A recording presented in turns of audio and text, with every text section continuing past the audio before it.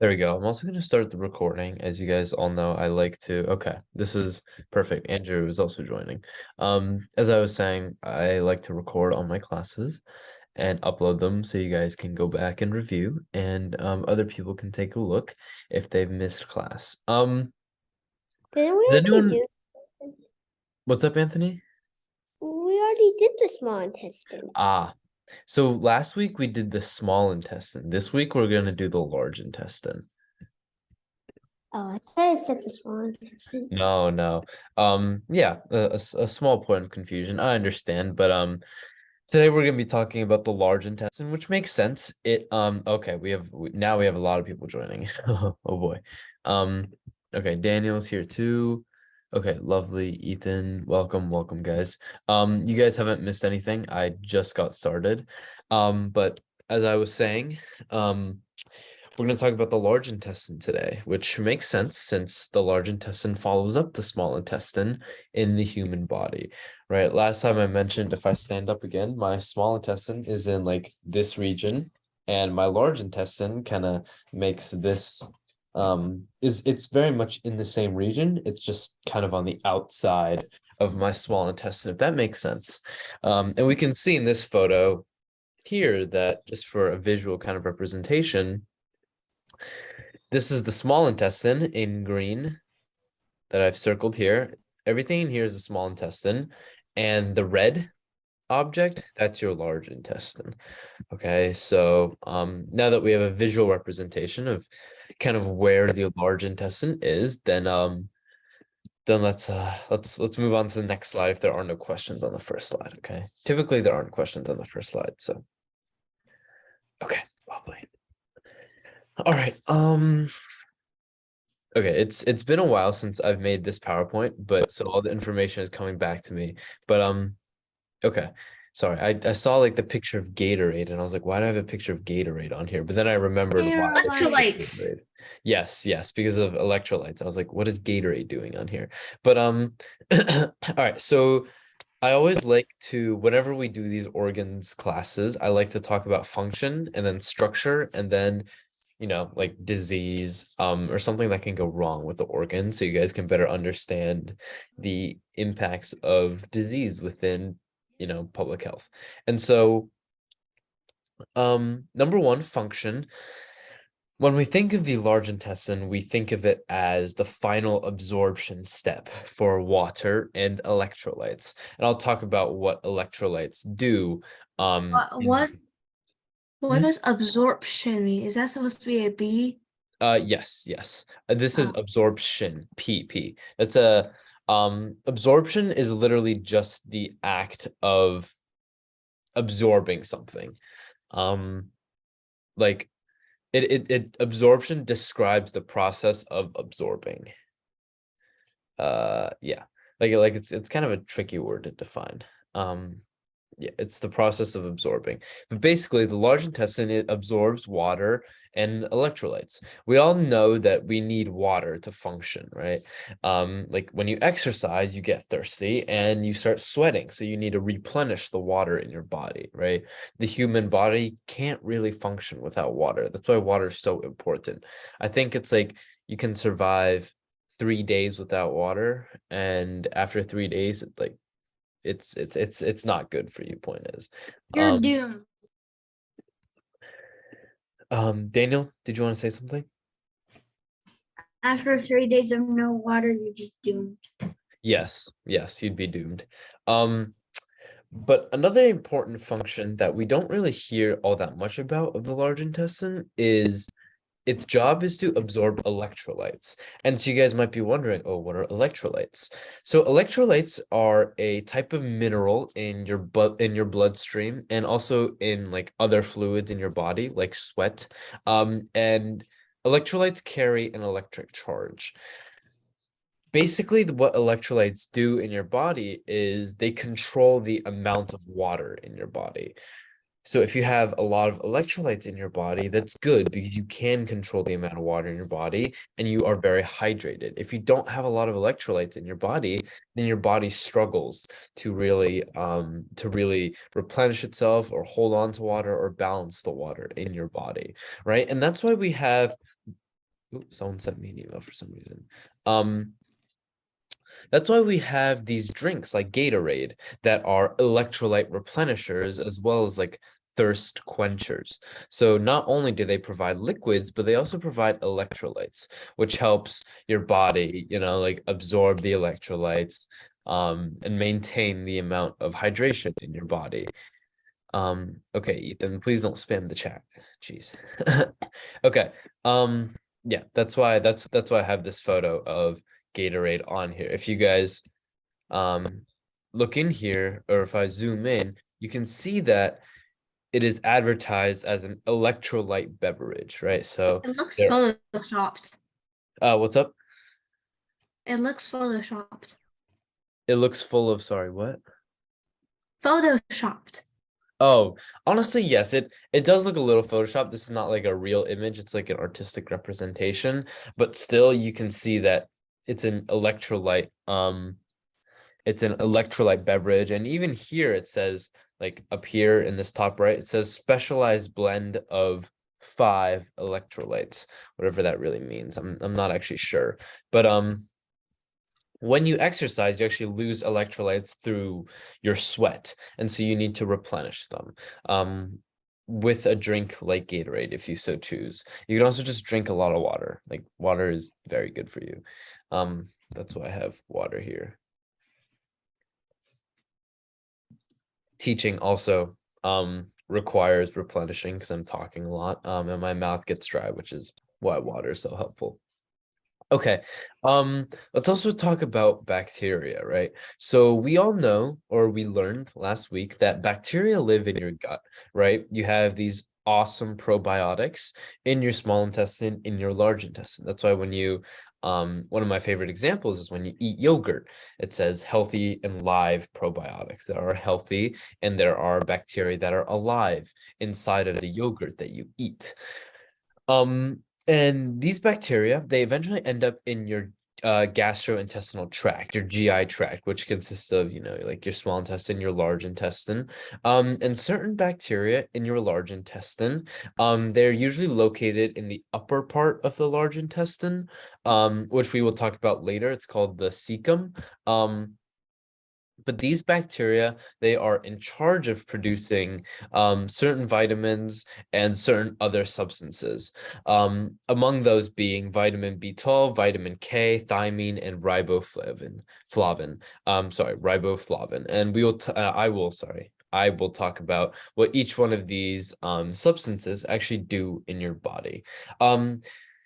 So first of all, I believe vitamin B12 and vitamin K are both water soluble, although you might have to check me on that. I know vitamin B12 is water soluble, which means it dissolves in water, but I can't be absolutely confident on that on vitamin K because I don't remember learning about vitamin K when I was in high school, or sorry, in my freshman year because I'm still in high school. But let me talk a little bit about the functions of each of these vitamins in your body, right? So at some point in your high school careers or in biology, you will get this big list of vitamins, and your teacher will say, okay, so these are the vitamins, and I want you to know what each one of them do in your body. And so you guys are gonna get a kind of early version of that list. And so you guys will be able to understand, like, hey, vitamin B12 does this in the body. And without further ado, vitamin B12, it aids in cell metabolism, which means number one, it helps your cells Wait. produce energy. Lawrence, Yes, Daniel, what's up? does that say anus on the last note? Yes, Daniel, it does. Okay, yeah, just Okay, okay. I assume that we're all like at some level of maturity where I can say the word anus without the entire class like going crazy, right? Yep. Okay, great, lovely. My friend, I didn't know the word anus until one day during lunch. She told me what it meant because she thought I was saying angry, and she thought I said anus. And then a few days later, she told me she didn't like the planet's Uranus because it had the word anus in it. And I told her you can't just not like a planet just because what's name. Yeah, that's why a lot of people call it Uranus instead of Uranus. Because Uranus is just you can just avoid saying the word anus, but whatever. Okay, so vitamin B12, number one, it helps your cells produce energy, which is important. If your cells don't have energy, then you don't have energy, and then you kind of just like sleep all the time, which isn't good. You want to be up and you want to be productive, right? Vitamin B12 is also responsible for red blood cell production. Red blood cells are important because they carry oxygen in your bloodstream. And vitamin B12 is pretty important in DNA production as well. Also, vitamin K, it helps in production of proteins that are needed for blood clotting and bone building. And thiamine and riboflavin are both important for cell growth, cell metabolism, and energy production. So we see a lot of these things like B12, thiamine, riboflavin, they all help with some kind of like metabolism or growth or production of energy, right? Which is really interesting, but also kind of makes sense, right? That our body would absorb all of these nutrients that are essential for one function like energy production and one place, the large intestine. So all of these kind of nutrients that are responsible for energy production are absorbed in the large intestine, which is pretty cool. It's like a localized kind of little system. Okay. And also moving on, one of the main functions of the large intestine is also to store the fecal matter before it is expelled from the body, right?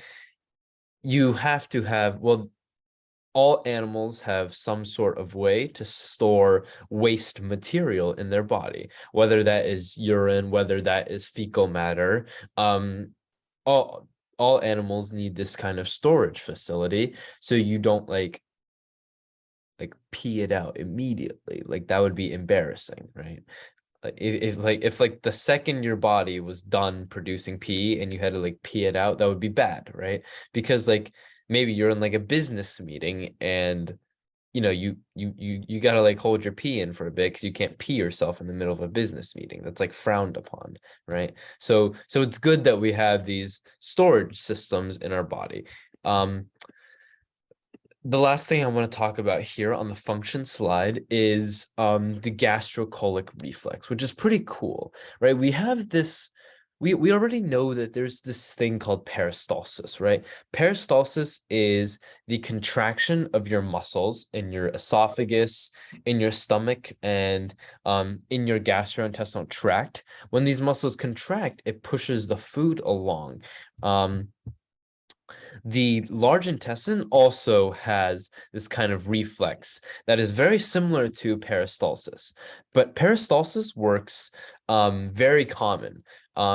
As in like it happens a lot. Your body is always doing like peristalsis. It's always moving food along in your body, but the gastrocolic reflex only happens about 2 to 3 times a day, which is why you only really need a poop like maximum, like if you have a how should I say this, like a gut that is functioning well, then you won't need to poop more than like 2 times a day or like maximum 3, right? If you need to poop like 4 times a day or like 5, then it might be a little bit of an issue because the gastrocolic reflex is only supposed to push your fecal matter toward the anus about 2 to 3 times a day, as opposed to peristalsis, which is pretty consistently contracting and pushing food along in your body. Okay, any questions while I check the chat, guys? Okay. I forgot. Sorry, but what's fecal matter? Right. So fecal matter is basically your feces, your poop. Oh. Yep. Okay, yeah. Yeah. So your large really- intestine stores poop before you poop it out. My little brother is insulting me in the chat. He's copying and pasting. Okay. Anyways, Who's your little brother? Lyndon is my little brother. Yes. I like that. I like that background you have going on there, Jane. Very also I like your background too, Eva. It's just like Jane's is like I don't actually know what she has. It's like a heart and there's like a teddy bear. I can't really tell. Okay. Any questions on the function of the large intestine, guys, before I move on? Okay, lovely. You guys seem to have absorbed it pretty quickly. Great. Absorbed, haha, get it, because it's the large intestine and absorbs water. Okay. So when you get older, you make like stupid jokes and young kids don't find them funny. It's all right. I get it. Thank you, Eva. Okay. Let me clear all the annotations and let's talk about structure now. Okay, 1 second. Someone is calling me for some reason. Okay. Forget it. Sorry about that. Structure. So as I always like to do, I think structure is super important, knowing what the large intestine is made up of, and how each of these little areas of the small intestine function to help the large intestine be like the organ that we all know and love, right? So as we have always seen, we really like to break organs up into these different sections, right? Like we talked about in the small intestine, there's the duodenum, jejunum, ileum. In the heart, there are 4 chambers. In the stomach, we break up the stomach into multiple sections as well. And so it turns out that, surprise, surprise, we do that with the large intestine as well. We kind of give the large intestine 4 different regions, right? First up is the cecum, the colon, and then the rectum, and then the anus. Okay, so 4 sections that make up the large intestine. Sorry, it escaped me for a second there. And if we kind of take a look here, we can kind of see like what the different sections are, right? Okay, so if we look here, let me get my little annotation tool out. Here we go. Uh-oh, that's not what I wanted. Hold on, give me a second. My annotation tool is running away from me. Okay. Anyone know what this organ is up here? The stomach. Yes. That's right. That's right. This is your stomach, right? And then this is your. Does anyone know what this is? Small intestine. Yes, yes, perfect. This is your small intestine, right? But everything that is colored here along the edges, that is your large intestine. The 4 sections are, again, your cecum, your colon, your rectum, and then your anus. And we can see that in this kind of representation, right? It's labeled here, your cecum. We call this the ascending colon because the fecal matter moves up this way, so it's ascending. If we draw a little arrow here, we can kind of picture the ascending motion, right? Ascending, and then this, I actually don't know if it's called transverse. I think it might be the same though. I learned it as traverse colon, but it might also be transverse colon, but it's like traverse something colon, right? And we call it transverse traverse because it's mostly horizontal, right? If we're traversing something, we're moving in like a horizontal fashion. So we call this the traverse colon. And because this is your cecum, we can call this like the colon, basically. Even though these are all called colon, this is like the traditional colon that we think of, right? And then after the colon, we have the rectum, which is mostly all of this region right here. It's something we call the descending colon, right? If you have the ascending colon, you go up, and what goes up like must come down, right? So there's the descending colon. It goes up, it moves this way, and then it comes back down in the descending colon, and eventually ends up in this region, which is essentially the anus. So it goes from the cecum to the colon to the rectum to the anus. Any questions? Okay, there appears to be something in the chat. Anthony has taken a screenshot. Lovely. Okay. Do you guys want a little bit of a stumper question? I'm gonna give you guys a tough question, okay? I don't know if you guys actually know this, but do any of you know what this is? Which one? Where? The little hold on, let me clear all my drawings and recircle it. Does anyone know what this little guy is? Oh, is that the appendix? That is the appendix. That is An exactly correct. appendix. Yes. So when you hear the term appendicitis, it means that there is a bacterial infection of the appendix and you need to get your appendix removed. The appendix in the human body does not actually have a function. There's no function of the appendix in the human body. Researchers think it is likely just an evolutionary like left on like a oh there's a name for this. I think it might be like a homologous structure, but the the reason why there might be an appendix in our body is because appendixes might have been used like in the body when we humans ate a lot of like tough like grass and a lot of tough like things like things that are hard to digest. The appendix would have Only touch grass, not eat grass. Yeah.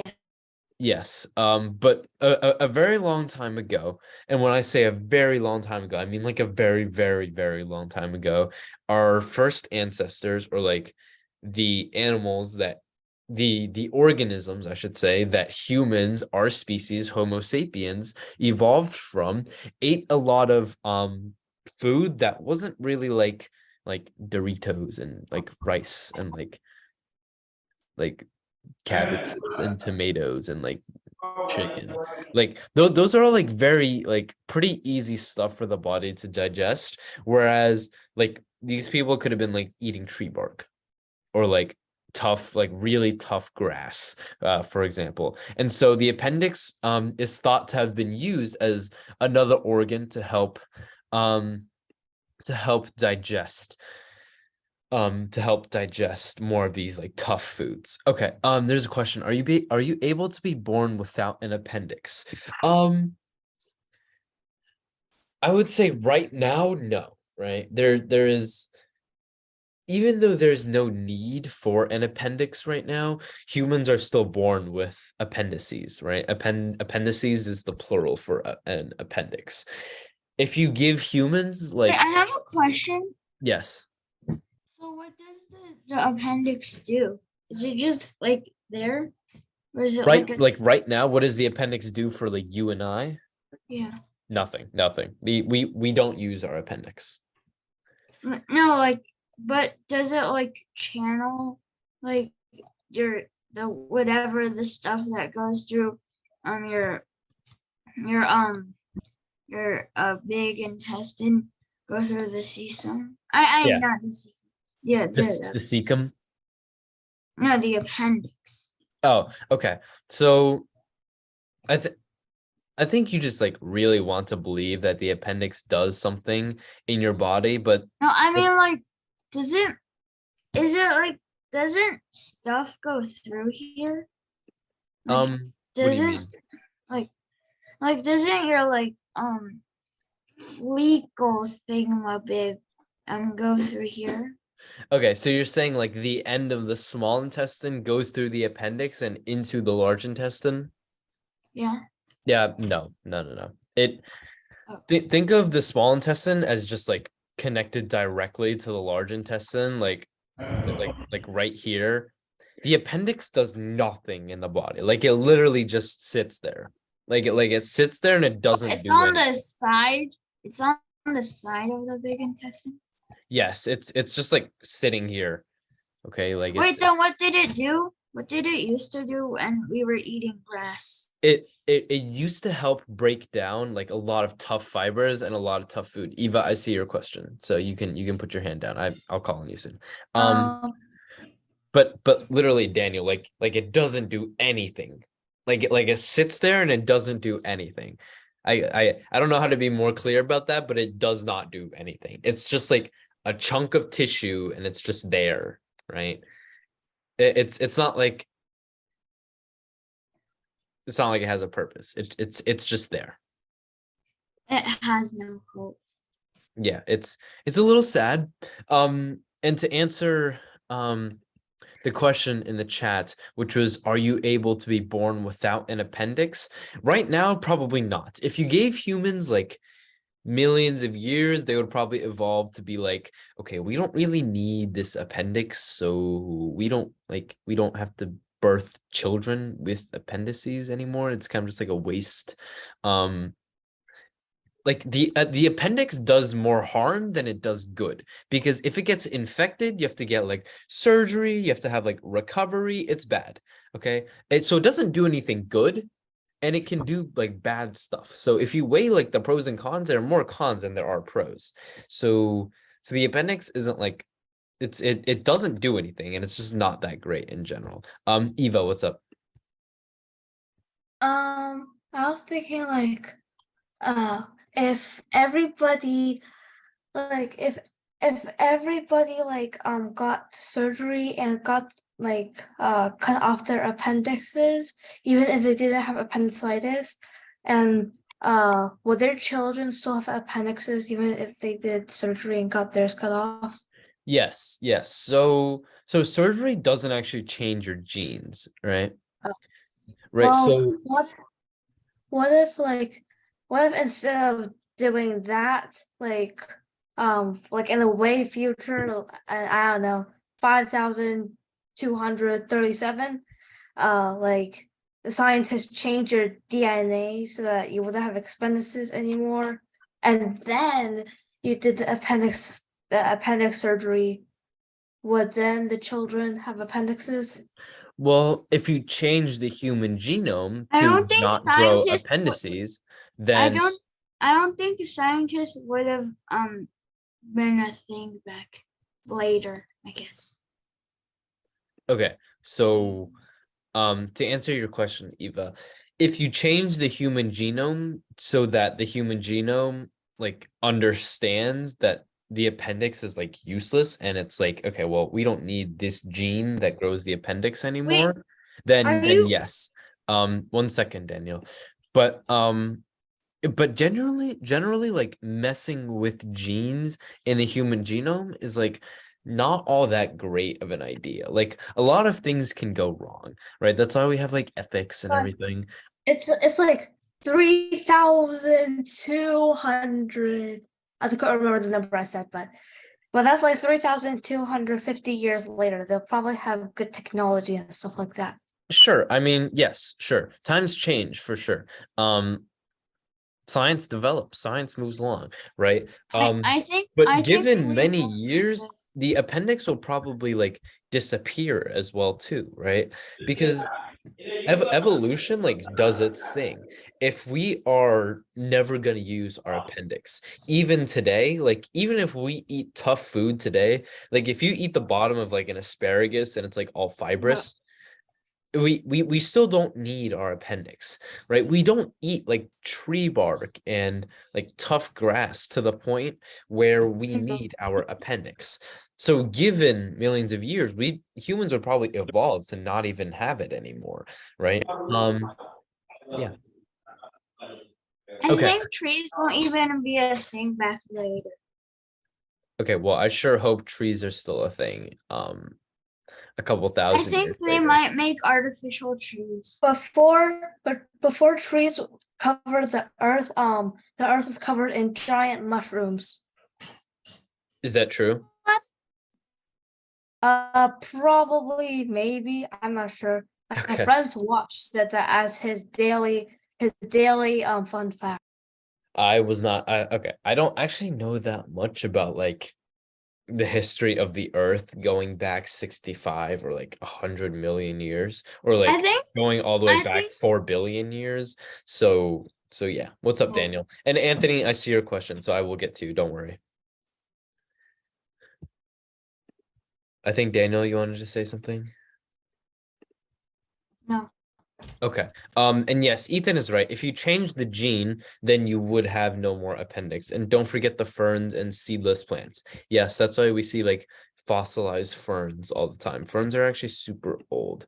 I don't think we will be alive after 3,000 years. Yes, that is correct. Humans don't live 3,000 years. Anthony. That's what I said. No, I Anthony. meant like our descendants. Yeah. Yeah. Anthony. Yeah, go ahead, Anthony. Then what are the pros about the appendix? Right. So in our ancestors, the ones like our first ancestors, the ones who ate like tree bark and like lots of tough grass, the appendix would help them break down all of these really tough foods, like hard to digest foods, and then they could absorb the nutrients from those foods then. Today there are no pros. Like there's nothing good about the appendix, and there are only like there are risks Wait, to having an I appendix have a because it can get question. infected. Yes. Are scientists literally like 100,000 million billion trillion quadrillion that percent sure that the appendix literally is useless and it has no hope? So you're asking, am I sure like is if the appendix is useless? Yeah. Yeah, okay. Um so Yes. it's actually it's actually a little complicated. I think no. I think at your age, it's just easier for me to tell you that the appendix doesn't have all that much purpose. What the appendix has kind of so modern researchers nowadays, they say that even though it doesn't really have that much of a job in actually digesting stuff anymore, what has happened is the appendix has kind of over time turned into this sort of like safe haven for bacteria in the human body. Which is interesting, I guess. I'm not really sure how this happened, but um but if you were to ask strictly, does the appendix have like digestive function? Then no. Does the appendix have like a small role in the body? Yes, it can be this kind of like storage or this kind of safe haven for bacteria in the cecum, right? Or in the first part of the large intestine. But whether or not this is actually crucial to the human body, we don't think so. Okay. Is that all right, Daniel? Yes. Yeah. Yeah. Okay. There seems to be some stuff in the chat. Humans will potable be exit at that time. Okay, I think Andrew wanted to say humans will probably be existing at that time in like 3,000 years. Yeah, I think humans can Extinct. probably continue existing for 3,000 years. That seems logical to me. Safe haven. So safe haven safe haven is basically like a safe place. Like a safe zone for bacteria. Yes. Like a That safe? is. Yeah, like have you ever played like capture the flag? There's like a safe zone. Yeah. No. Yeah, that was what I was gonna say. Yes. Okay. But like a safe zone is just like a safe place. Okay. Any questions on what I just talked about? What you Whew. just talking about? We went from the 4 regions all the way to appendices and safe zones. Jeez. Oof, talk about a rabbit hole. Okay. Ooh, that's not what I want to do. I accidentally paused my share. Let me clear. Oof. Okay. No, if no one has any questions, let's talk about the secant. Oh, sorry, not the secant. The cecum, the colon, the rectum, and the anus, right? Okay. So the cecum is the first part of the large intestine. It is responsible for the absorption, right? The absorption of water, the absorption of electrolytes, the uptake of everything that the body wants from this digestive matter. And after everything has been taken away by the cecum, then we're left with our fecal matter, right? So the colon, the kind of like middle part of the large intestine, its job is to lubricate the fecal matter, right? It needs to be like, if your poop is really dry, then it's like not good, right? So there needs to be lubrication done by the colon. The rectum stores the feces, which is important because you need some kind of storage system. And the anus is the part of the large intestine that is responsible for excreting all of the feces. And again, the large intestine is approximately 5 feet in length. So a couple inches shorter than like I actually don't know how tall your parents are, but if your parents are like 5'5", for example, then it's like 5 inches shorter than how tall your parents are, which is pretty long. I mean, like 5 foot for an organ, that's like a pretty long organ anyways. Spot the period. Okay. Let's not play spot like the period in the chat. Okay.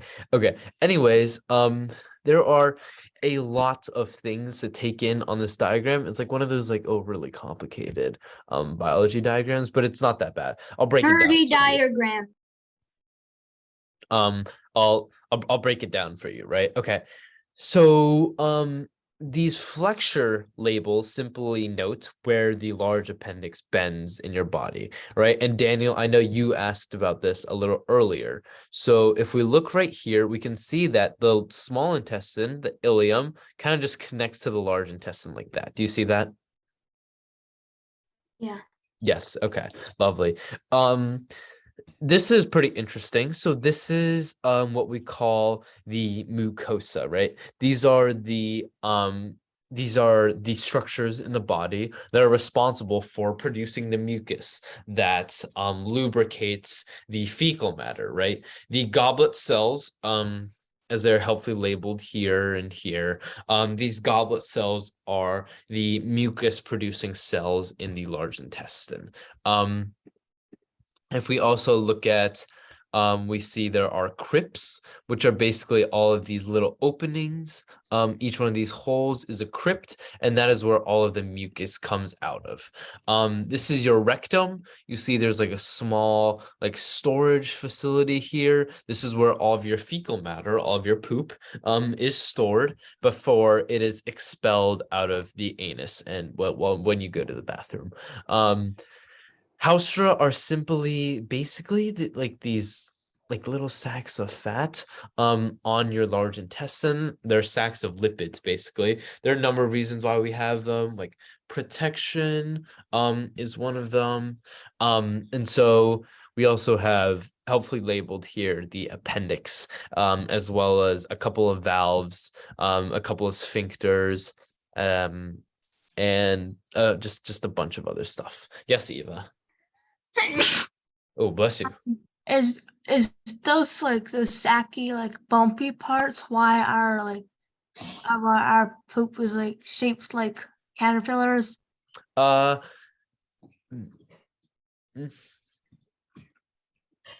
Not really. I don't actually know why your poop is shaped like that. Partially because it goes through like the large intestine, which might be why, but that's a good question. I don't actually know. Like I don't actually know why your poop is shaped like that. I'm sorry. It very possibly could be that you're right. Like, so I don't know off the top of my head.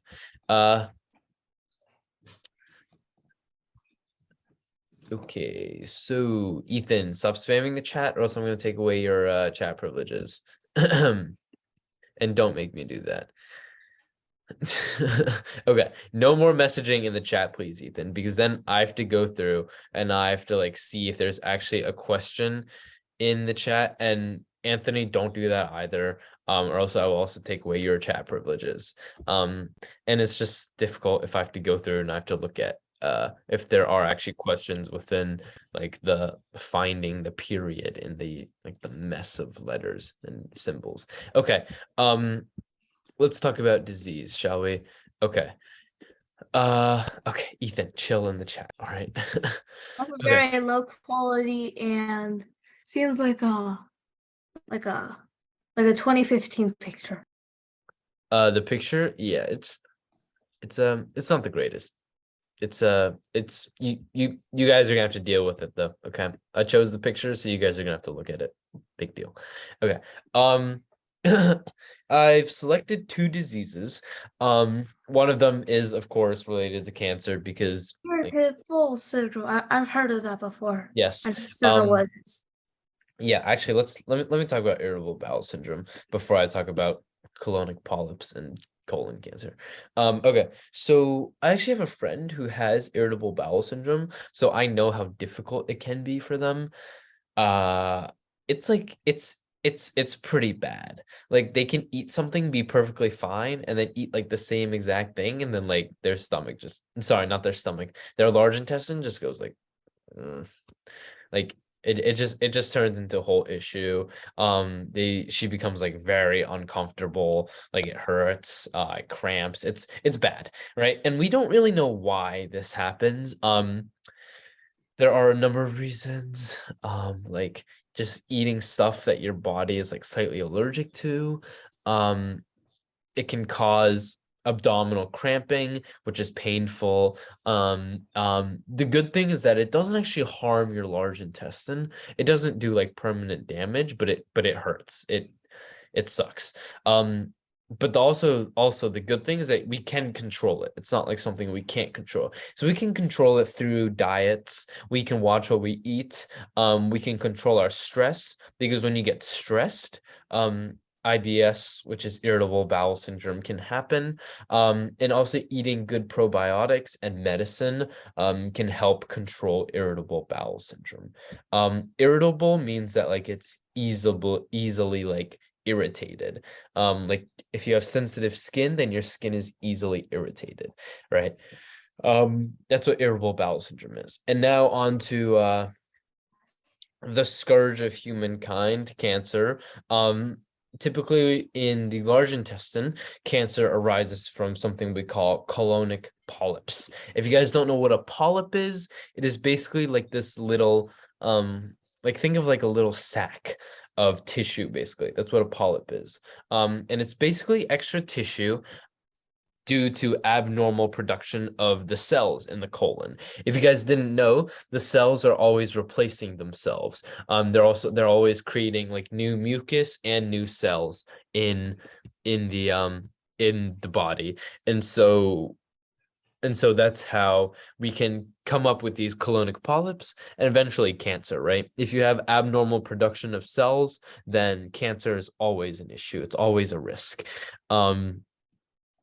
If you guys ever once you guys grow up and you guys turn like 50 or something, then you guys will not need to, but it is recommended that you go and do a colonoscopy, which is where they use a machine to detect whether or not you have colonic polyps inside of your large intestine, because colon cancer can be very scary, very scary. Okay.